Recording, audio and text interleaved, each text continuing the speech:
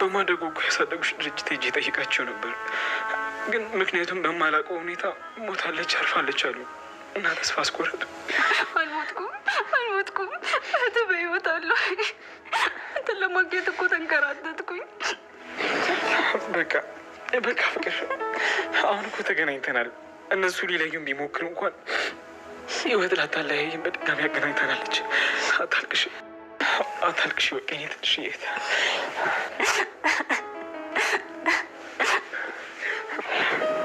ወንድሜ ስንት ጊዜ ፈለግኩ የኔ ያለ ምስኪኑ ጆከር ስንትና ስንት ስቃይ ያሳለፈው በበረንዳ እንዲሁም በተለያዩ መከራዎችን ሲጋፈጥ የነበረው በስተመጨረሻ ታናሽ እህት እንዳለው ደረሰበት። ጽናት አሁንም ውስጧ እንደተረበሸ ነው። ምክንያቱም ድርጅታቸውና ቤታቸው ሊወሰድባቸው ነው። ሰኒ ራሴን ማጽናናት አለብኝ፣ ካለሁበት ስሜት መውጣት አለብኝ፣ ስራ መፈለግ አለብኝ፣ ሁሌ ህይወት ትቀጥላለች፣ ለምንድን ነው በዚህ በድብርት ውስጥ ራሴን ማሳልፈው ብላ ወደ አዲስ ህይወት ልትመለስ ነው።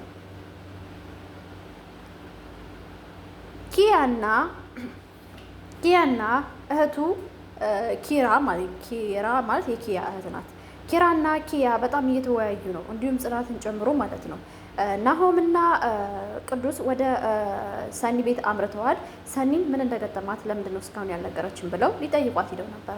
እንደተለመደው ጉረኛዋና በጣም የምታካብደው እህቷ ራኬብ ደግሞ በሰላም ነው ወይ የመጣችሁት? ቤት ምን ፈልጋችሁ ነው በማለት ጠይቃለች።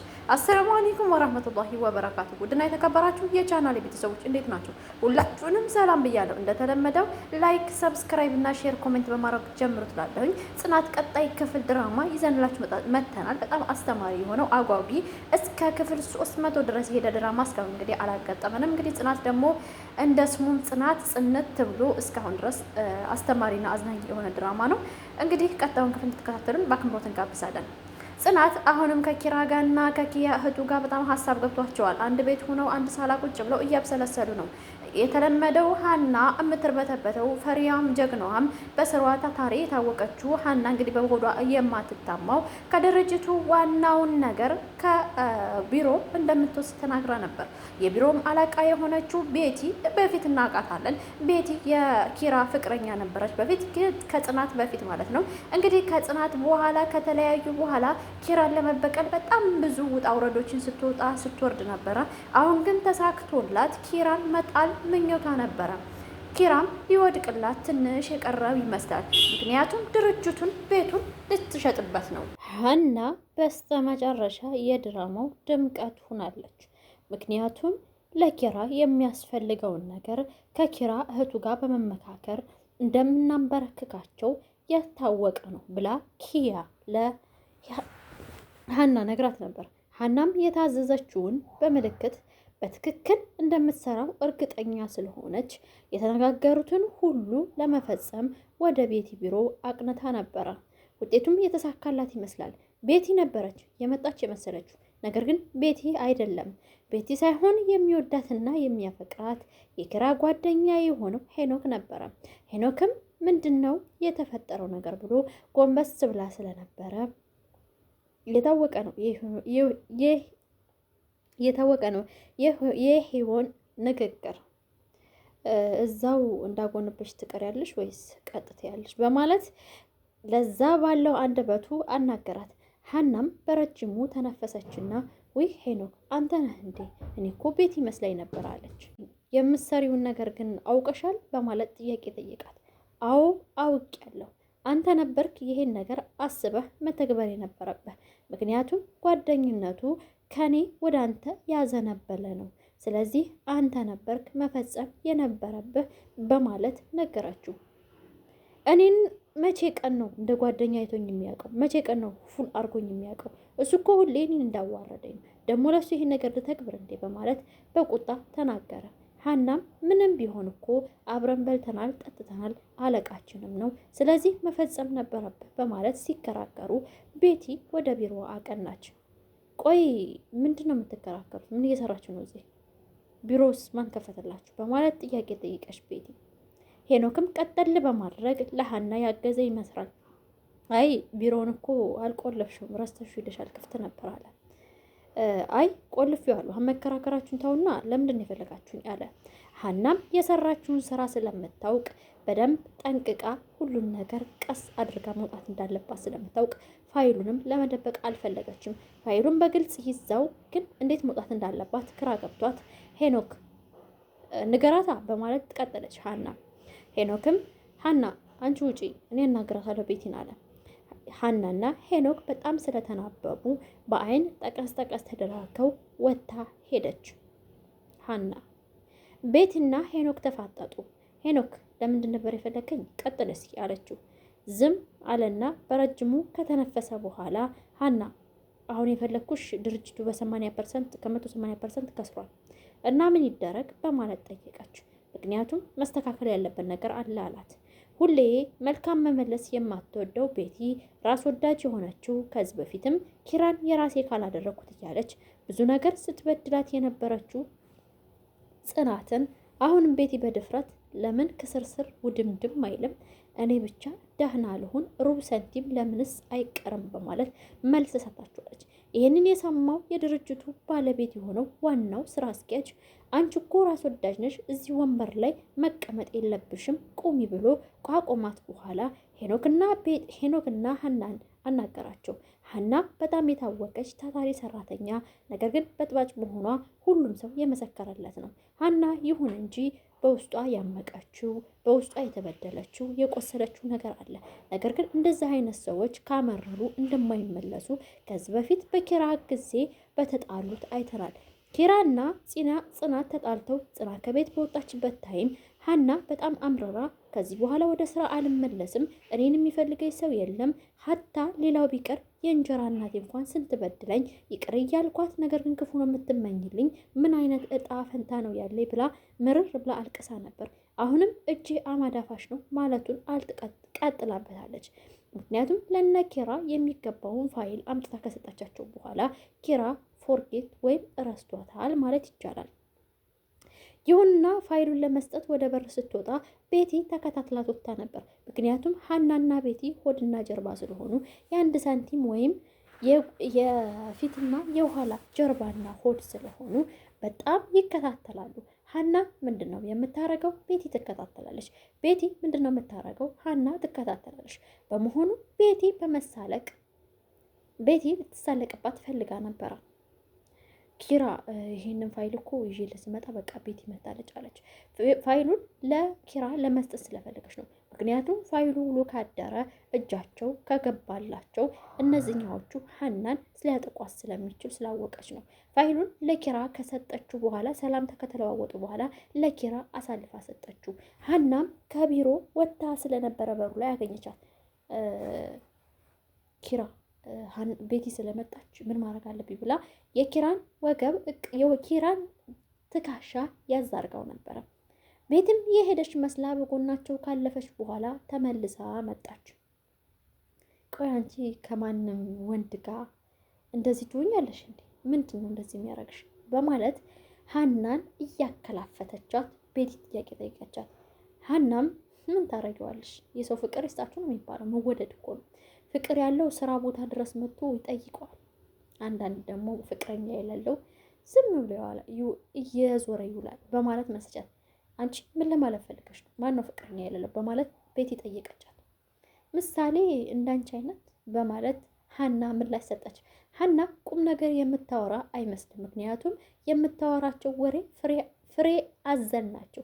ነገር ግን እየሳቀች በቀልድ መልኩ ስለምትሰጣቸው ትንሽ የሚያስቀይሙም ቢሆኑ ለዛ ነገር አላቸው።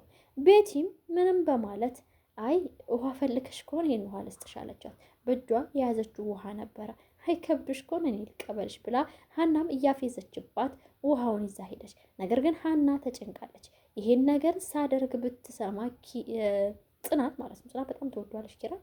ስለዚህ የሆነ ነገር ሰው እንዲታከክባት አትፈልግም። ምክንያቱም ኪራን ብሎ ይቀርቡና ለፍቅር ለትዳር ነው የሚፈልጉት። ይህን ነገር ስለምታውቅ እስካሁን ግን ሀና ላይ ያየነው ነገር የለም። ሀና ምንም በፍቅር የቀረበችው ሰው የለም። ሄኖክም ቢሆን የሚወደው ኪያን ነው እንጂ ሀናን አይደለም። እና ኪያን በጣም ያፈቅራታል። ኪያን ማግባት ይፈልጋል። ነገር ግን ኪራ ወንድሟ ደግሞ ሄኖክን አያምነውም ማለት የሆነ ነገር ያጠቃታል ብሎ ስለሚያስብ እህቴ ላይ የሆነ ድርጊት ይደረጋል ብሎ ስለሚያስብ ብዙም እንድትቀርበው አይፈልግም። ያው ጽናት ግን ሀታ ከእህቱ ጋር ከኪያ ጋር እንዲሆን ራሱ አትፈልግም። ሴቶች ያማልሉብኛል ብላ ስለምታስብ ነው። እንዲሁም ደግሞ ሰኒ አለች። ሰኒ ደግሞ ያው ጆከር በጣም ነው የሚወዳት፣ ብዙ መስዋዕት ከፍሏል። ምክንያቱም ከዚህ በፊት ጓደኛውን ገሎ ነው ቀጥታ ወደ እሷ የመጣው። ጓደኛው ግን አልሞተም። በነገራችን ላይ በጣም ተጸጽቶ ነበረ። ወንድሜን የበረንዳ ዳር ሆነን ስንታሳልፈን ገደልኩት ብሎ ነበረ። ስለዚህ እሱንም አብረን እናያለን ማለት ነው። በመሆኑም ሀና ወደ ቤት አመራችና ምግብ ካለ ስጡኝ፣ እኔ ርቦኛል፣ እኔን ረሳችሁኝ ፋይላችሁን ካገኛችሁ በኋላ ብላ ኪራንና ጽናትን በማናዘዝ ላይ ትገኛለች። ወደ ኪችን ገብታ መብላት ልትጀምር ነው። ገብታለች። እንግዲህ ሰኒ ወደ ራሷ ተመልሳለች። ከዚህ በኋላ ጆከር ከሄደ ሌላ ጆከር ይመጣል። ህይወት ይቀጥላል። ማገገም አለብኝ፣ ስራ መጀመር አለብኝ። ሁሌ ራሴን ለምንድን ነው የምወቅሰው ብላ ወደ አዲስ ህይወት መግባት አለብኝ ብላ ወደ ስራ ልትሄድ ዱብ እያለች ራሷን እያበጃጀች ሽቷን እየረጫጨች ሁሌ የምትታወቀው ጉረኛዋና ራሷን የምትክበው እህቷ ራኬብ አይታታለች። ራኪ እንዴት ነኝ አምሮብኛል ምናምን እያለች ራኪን ትጠይቃታለች። እንደዚህ ሽቅን ብለሽ ወዴት ነው የምትሄጂው? አይ ከዚህ በኋላ ራሴን ማገገም አለብኝ። እስከ መቼ ድረስ ነው ራሴን የምወቅሰው? ስለዚህ ራሴን አገግሜ ወደ ስራ መመለስ አለብኝ። ለመሆኑ ግን ስራው ተገኝቷል? አይ ልፈልግ ነው በቃ። አይ እንደዛ ከሆነማ በመጀመሪያ ደሞዝሽን የምትጋብዥኝ በማለት ራኬብ የምትወዳትንና የምታፈቅራትን እህቷን ሰኒን አብረው እየተቃለዱ አይ እንግዲህ ቅጠምሽ በይኝ፣ ከዚህ በኋላ ማገገም አለብኝ፣ ጠንካራ መሆን አለብኝ በማለት ተናገረች። ሰኒም ወደ ስራ ለማምራት ወይም ስራ ለመፈለግ እንደተለመደው እንደ ጆከር ፍቅረኛዋ ወይም ባሏ ስራ አጥ ሆናለች ከትንሽ ጊዜያት በኋላ። አሁንም ስራ ለመፈለግ ብላ በሩን ከፍታ ልትወጣ ስትል እንደተለመደው ናሆም የምሩ ባል ማለት ነው።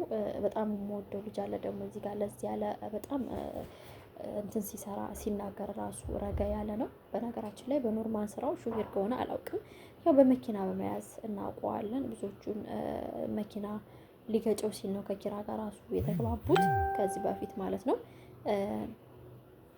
በእርጋታው ብዙ ጊዜ እናውቀዋለን። ብዙ ጊዜ ቲክቶክ ላይ የሚለቃቸው ቁም ነገሮች ናቸው። ራሱ ቅዱስ ማለት ነው፣ እንደ ስሙ ቅዱስ ረጋ ያለ ነው። ለዚህ ያለ ልጅ ነው። እኔ በጣም ነው የሚመቸኝ ጸባዩ ማለት ነው።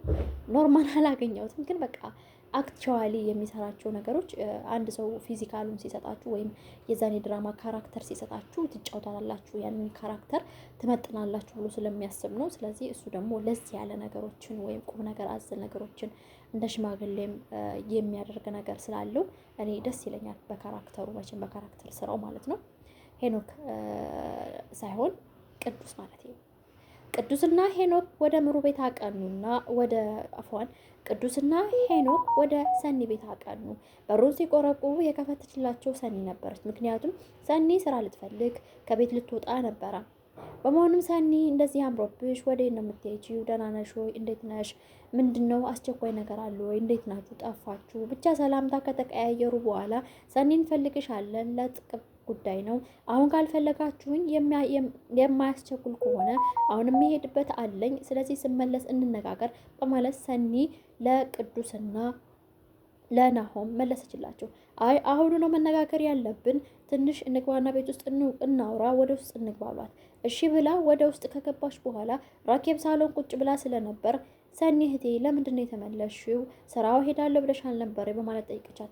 ከኋላ የተከተሉት ሄኖክና ቅዱስ አይ በሰላም ነው ራኬብ እንዴት ነሽ? ደህና ነሽ? ብለው ሰላምታ ካቀረቡላት በኋላ ቁጭ አሉ። ከዛም በኋላ ምን ሆናችሁ ነው? በሰላም ነው ወይ የመጣችሁት? ብላ ራኬብ ጠየቀቻቸው። አይ ምንም አይደለም በሰላም ነው የመጣ ነው። ምነው አንቺም ሰኒም መምጣታችንን አልፈለጋችሁትም እንዴ? አጥብቃችሁ ጠየቃችሁን እንመለስ እንዴ? በማለት ቅዱስ ተናገረ። አይ አይደለም ራኬብ እንደሱ ማለት አይደለም። አይ እንኳን ደህና መጣችሁ በሰላም ከሆነ ብዬ ነው ሁለቱ ናችሁ ስትመጡ በማለት መለሰች። አሁንም የተጨነቀው እና የተጠበበው ጆከር ምን ይሻለኛል፣ ሰኒን እንዴት ነው የማገኛት እያለ ራሱን በሀሳብና በጭንቀት ሊገል ነው። ፍቅር ለምታረግበት እንክብካቤ ሁሉ እሱ የመሰለው የወደደችው ከሚወዳት ፍቅረኛው ከሰኒ ጋር ያጣላችሁ ነው የመሰለው። ነገር ግን አይደለም። ፍቅር በፍቅር አይደለም የምትወደው፣ ብቻ ውስጧ የነገራት ነገር ስላለ ነው። ፈጣሪ ብሎ ካገናኛቸው የፍቅርና ጆከር ምን ይመስላል? በቀጣይ ክፍል እንገናኛለን። ላይክ፣ ሰብስክራይብ እና ሼር ኮሜንት ማድረገውን አይዘንጉ።